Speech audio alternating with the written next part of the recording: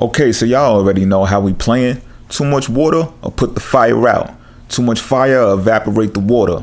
But the right correlation of these two elements creates the jacuzzi effect. Now let's go. I'm looking for the heart in you. Sometimes I don't know what to do. Baby, looking when you ain't looking.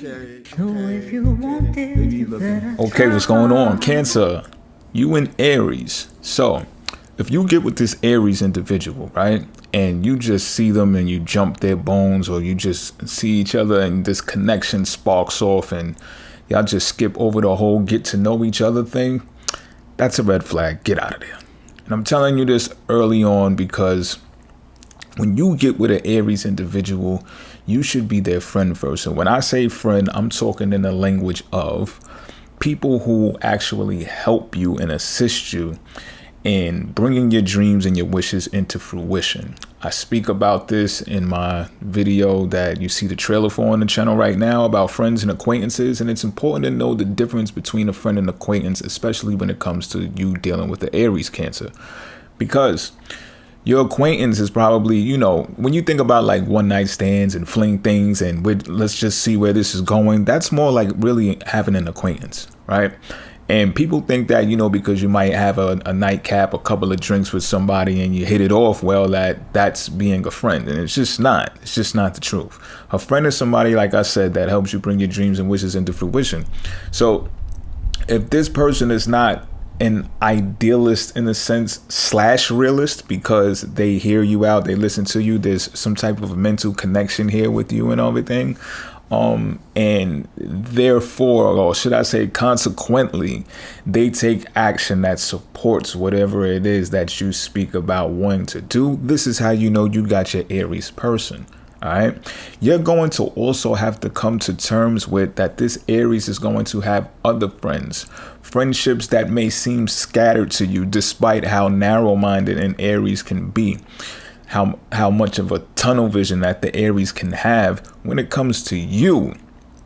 You will notice that they all of a sudden, and I can't even say all of a sudden, but when it comes to you, you will notice more than anything the other friends that they have. And you may question that. You may get suspecting of that, Cancer, and say, well, you got a friend over there, a friend over there, a friend over there. How do I know that they're all friends and everything? You know what I'm saying? And 9 times out of 10, if you're dealing with a Aries Cancer, then they're an entrepreneur or someone who's like maybe in the music industry, someone that is someone that even does like surgery, like a surgeon or something, maybe even a soldier you might come across. These are how you know that you are in the right types of situations when it comes to an Aries. If none of these professions are ringing a bell, or, you know, if none of these you know, these ideals or characteristics about this Aries is ringing a bell with you, again, that's a red flag. You should get out of there as soon as possible. Now, the reason that this may not go as far as you might want it to go is another reason that pertains to the whole friendship level thing, right? So this is what I suggest. I'd suggest, Cancer, if you're dealing with an Aries, that you should be in a corporation with them in some type of way. All right. You should be doing business dealings with them and move on an accord that you become their business partner more than even you become their romantic partner. You understand what I'm saying? And as long as you step in the door by trying to build and network and process with this individual based on the things that are relative to other networks and groups that help each other do things that pertains to your, you know, your goals, then this is how you can assure a better relationship come down the line. You know, if you, like I said, if you jump all into it head first and get all wrapped up in it too quickly, especially, and I'm not saying this is all going to fall on you either, but you're both cardinal signs, and this is something to take into consideration because you both can jump the gun when it comes to that, you know, those fires sparking and, you know, those rivers riding, you know what I'm saying? So think about this. Even if you got to pinpoint it in your Aries person and say, hey, you know, maybe you pump the brakes for them if you notice that this is happening, because you now have this information. All right.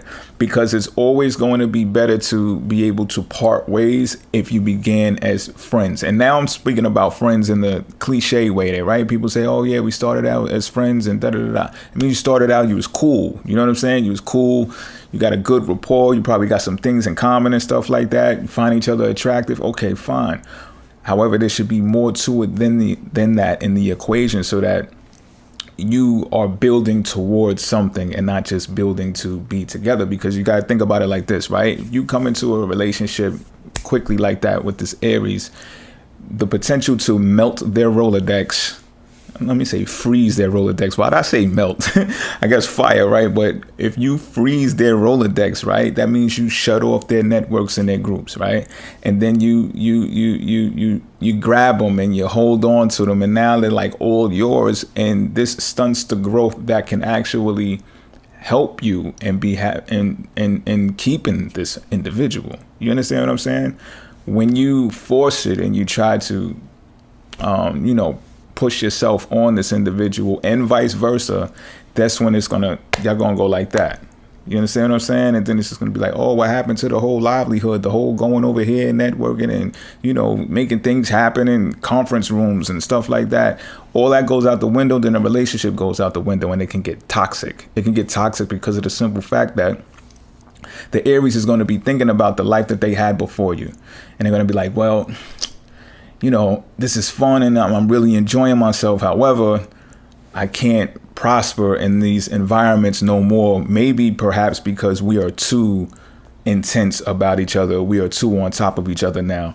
So some of the professionalism that needs to come with the corporation or having a business partner may go out the window because you two are so on top of each other. You get what I'm saying? So there has to be some type of restraint here. There has to be some type of responsibility. There should be definitely some type of openness, though, and keep an objective mindset, not something that is so emotionally based. You get what I'm saying, Cancer? So I know this sounds like eggshells, and yeah, it potentially is, because in the thick of things, you can't really be exactly who you want to be around this person unless you dip into that world with them.